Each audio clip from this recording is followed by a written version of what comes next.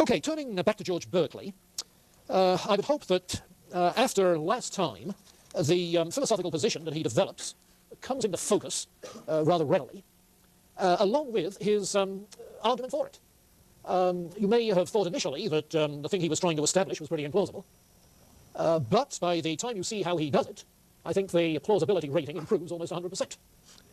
That is to say, if he can support those three basic philosophical positions that are involved, then his denial of the existence of matter, substratum, independently of any mind, that denial seems to be sustainable.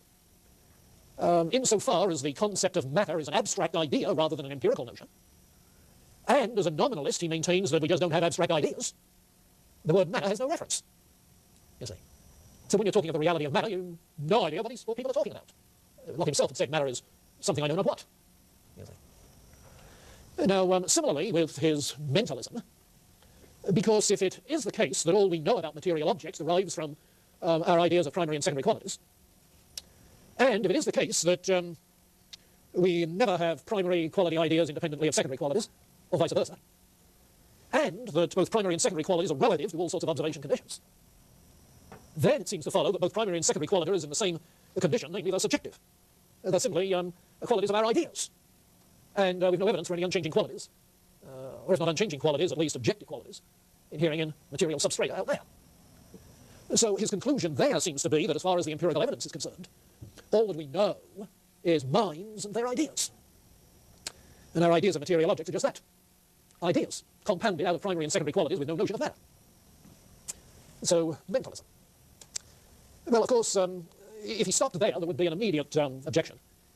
How do you account for the ordered uniformity of nature?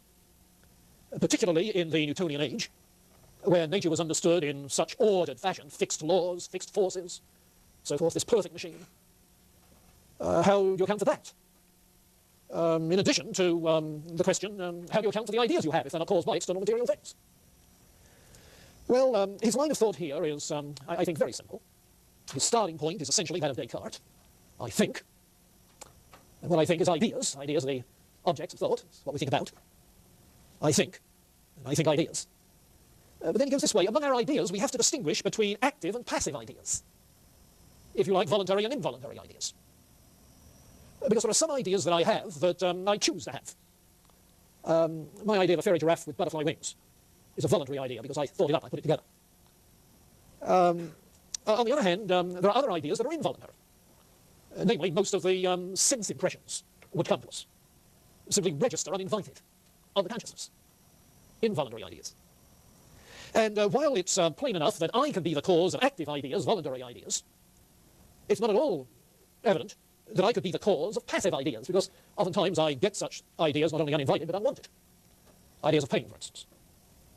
So there must be some other cause than my mind for these involuntary or passive ideas. Now, ideas are mental things, they must have mental causes. So this other cause must be some other mind. Now, he doesn't entertain the idea of mental telepathy, particularly, that you would be giving me all sorts of ideas. The next step in his thinking, though, is to take note of the uniformities of nature. That is to say, the uniformities of our experience. The fact that there are predictabilities within the experience that we have made up of our ideas. The fact that everybody in this room is hearing roughly the same things at this juncture. The fact that we live in a world of common sense experience, common order, common predictability, public evidence, so forth. So there must be, as the cause of this sort of uniformity, there must be some greater mind, some supreme intelligence, some infinite spirit, God. So that God is the other mind that's needed in the case of passive ideas. God not only causes our passive ideas, but he gives us an ordered world of experience with all of its predictabilities. He is not only the creator of our finite minds, he is the one who informs our finite minds. So that our sensations are a kind of divine language. God's language to us by which we grasp the order of things to which we have to adjust, into which we have to fit.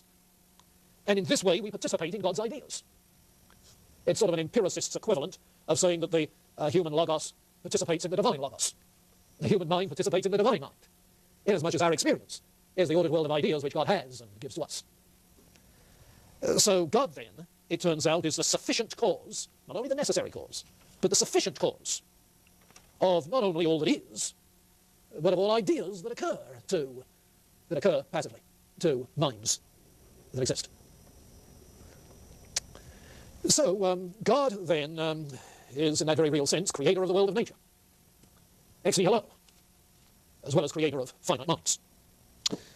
Well, that's clear enough, I take it.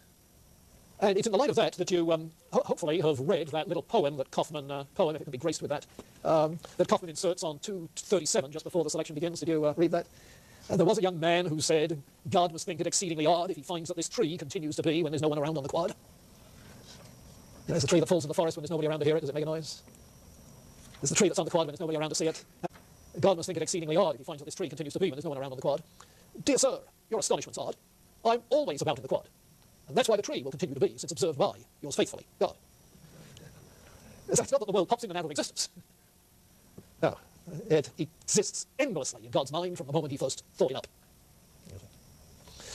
Okay, now, doubtless you thought of all sorts of objections.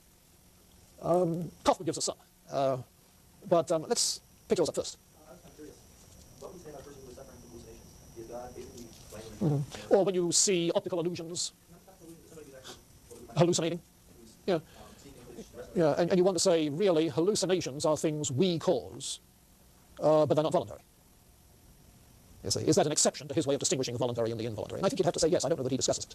I think you'd have to say yes. There is some mental malfunction by virtue of which we, if you like, imagine ideas. Like a person who has an overly active imagination that is haunted by.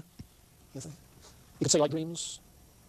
Unless he would explain dreams as all given by God, which he might. Yeah. Yeah, I think most objections you come up with, you can always see immediately how he would respond.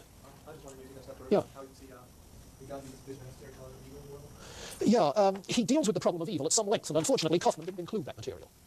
But I think it's towards the end of this work on the principles of natural knowledge that he deals with it, as follows. Oh, incidentally, that's a very pertinent question, because I think one of the major problems for metaphysical idealism is the problem of evil, at least from a theistic standpoint. For the obvious reason that if there is no real materiality, no real physical forces, then all of the things that are part of the problem of evil, physical pain, cancers and tornadoes, and all the rest of it, including death, you see, don't have the kind of explanation that has traditionally been given. Namely, that they are caused by physical processes, which are part of the physical environment in which God has put. If we run afoul of its processes, we break our necks, you see. Well, if you don't have physical causes to explain physical evils, you've got a problem.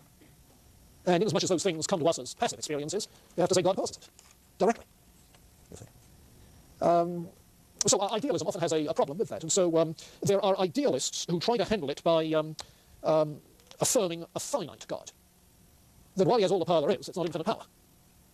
That there is a limit to what is conceivable in terms of a world without evil, you see. So that even God could not come up with that sort of an idea to share with us, granted what he was after in finite human beings.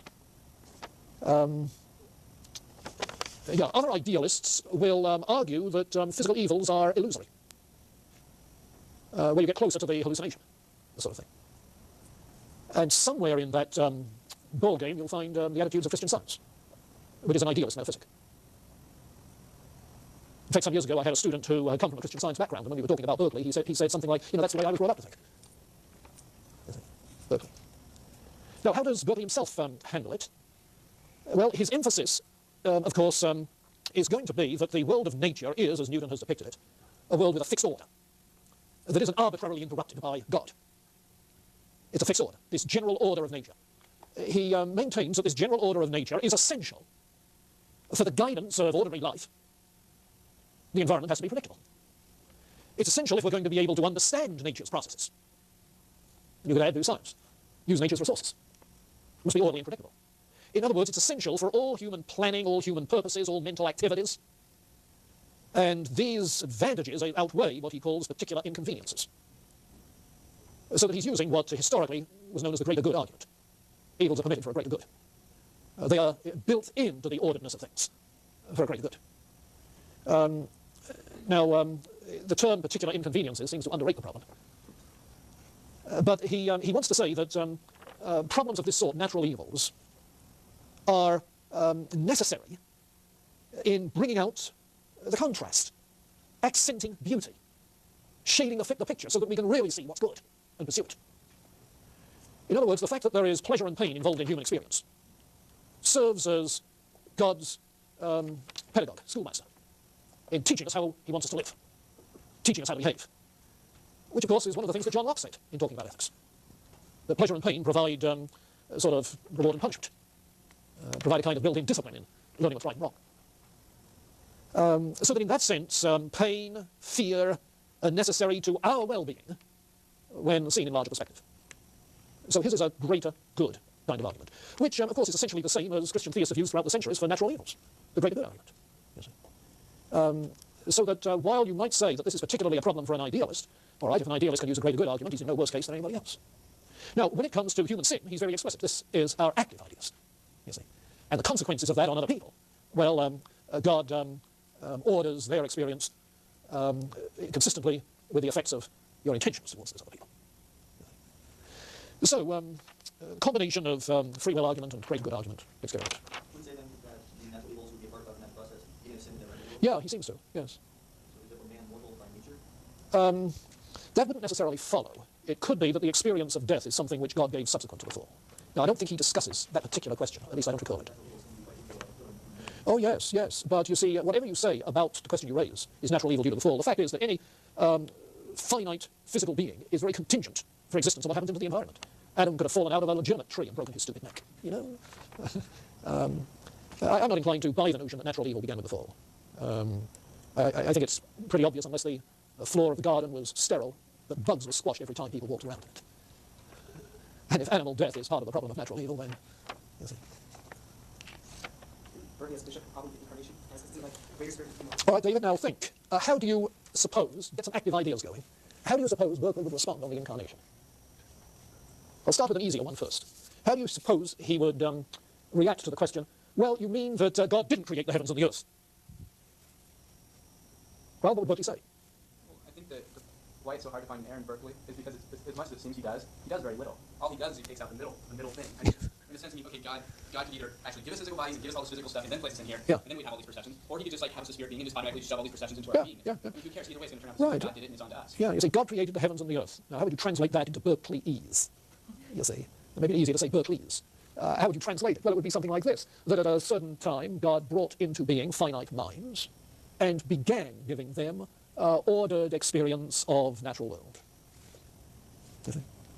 Well, all right, what would he say about incarnation, the incarnation? You see? Namely, that Christ appeared among us, God in the flesh. Now, what is flesh?